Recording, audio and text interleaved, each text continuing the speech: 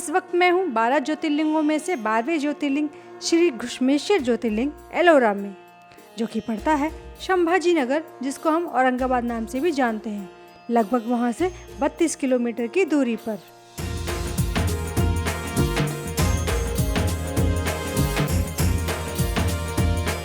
घृष्णेश्वर ज्योतिर्लिंग औरंगाबाद से 30 किलोमीटर की दूरी पर वैरुल गांव में पड़ता है। यहाँ तक ट्रेन से पहुँचने के लिए आप औरंगाबाद रेलवे स्टेशन तक अपने टिकट्स बुक कर सकते हैं। रेलवे स्टेशन के बाहर से ही आपको बस और शेयरिंग ऑटो आपको वेलूर गांव तक आने के लिए मिल जाएंगे। महाराष्ट्र का वेलूर गांव न सिर्फ घृष्णेश्वर ज्योतिर्लिंग के लिए जाना जाता है, बल्कि इसी जगह पर वर्ल्ड फेमस एलोरा केव्स भी देखने को मिलते हैं। मगर हर ट्यूसडे एलोरा केव्स में एंट्री बंद रहती है, तो आप इस बात का विशेष ध्यान रखिएगा। बेसिकली ये बहुत छोटा सा गांव है, वेलूर गांव। छोटा सा मार्केट जो आपको मंदिर के मार्ग में ही मिलेगा, और मंदिर के बाहर फूल प्रसाद की शॉप पर ही आपको लॉकर्स की सुविधा मिल जाएगी, जिसमें आप अपना कैमरा, फ़ोन इत्यादि सामान रख सकते हैं।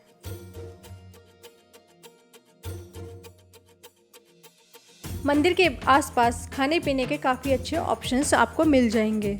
यहाँ आपको 100 से 150 के बीच लगभग अच्छी थाली मिल जाएगी, जिसमें आप पेट भर खाना खा सकते हैं।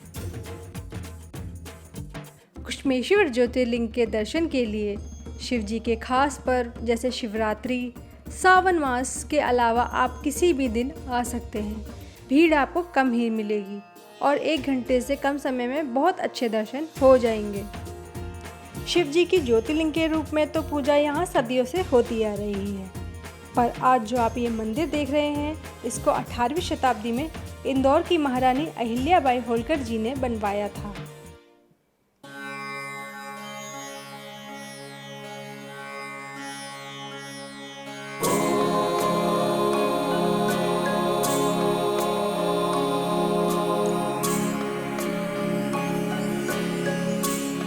सोलहवीं शताब्दी में औरंगजेब ने कई बार इस मंदिर को तोड़ने की कोशिश की, पर वो नाकाम रहा, क्योंकि उस समय मंदिर का एंट्री गेट इतना छोटा था कि बिना झुके उसके अंदर जाना मुमकिन नहीं होता, और झुकना औरंगजेब को राज़ी नहीं था, और इसी वजह से औरंगजेब मंदिर के अंदर में प्रवेश नहीं कर पाया।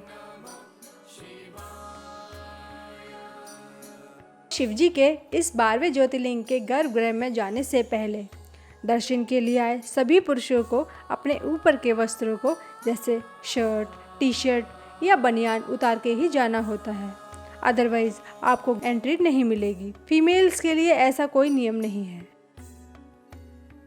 और घृष्णेश्वर ज्योतिर्लिंग का गर्भगृह बाकी ज्योतिर्लिंगों के मुकाबले काफ़ी बड़ा है। यहाँ आप चाहे तो पूजा और अभिषेक भी करवा सकते हैं। इस मंदिर में किसी भी प्रकार की पेड एंट्री या वीआईपी दर्शन की सुविधा नहीं मिलती है।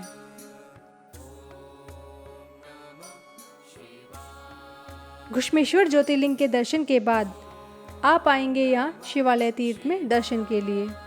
भगवान शिव के यहाँ पर ज्योतिर्लिंग के रूप में स्थापित होने की कहानी इस शिवालय तीर्थ से जुड़ी हुई है।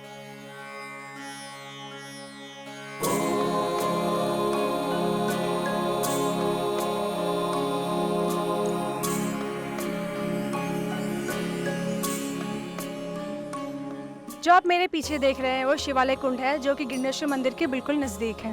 घृष्णेश्वर मंदिर का इतिहास इस कुंड से जुड़ा हुआ है। कहते हैं देवगिरी पर्वत पर एक ब्राह्मण रहता था जिसकी कोई संतान न थी। उसकी पत्नी इस बात से बहुत दुखी रहती थी और उसने सोचा अपनी छोटी बहन से अपने पति की शादी करा दूँ। उसकी बहन का नाम घुष्मा था, जो महादेव की बहुत बड़ी भक्त थी, और शादी के बाद उसकी छोटी बहन के पुत्र हुआ। उसकी छोटी बहन और उसका पति तीनों बहुत खुश रहने लगे। इस बात से उसकी बहन बहुत ज़्यादा चिढ़ने लगी और उसने उसके पुत्र का वध कर दिया और इसी कुंड में आकर उसको फेंक दिया। किंतु घुष्मा को इस बात की तनिक खबर भी ना था। वो प्रतिदिन की तरह ही यहाँ पर आई, उसने महादेव की पूजा की, और वह थोड़ी देर बाद क्या देखती है, उसका पुत्र इस कुंड में से निकल कर आ रहा है और साथ में महादेव भी आ रहे हैं। महादेव ने उसे सारा वाक्य बताया कि उसकी बहन ने किस प्रकार उसके पुत्र को मारा और इस कुंड में फेंक दिया। लेकिन घुष्मा को इस बात पर जरा भी गुस्सा नहीं थी। महादेव उसकी बहन को मारना चाहते थे, वो इतने ज़्यादा क्रोधित थे उसके कृत्य से।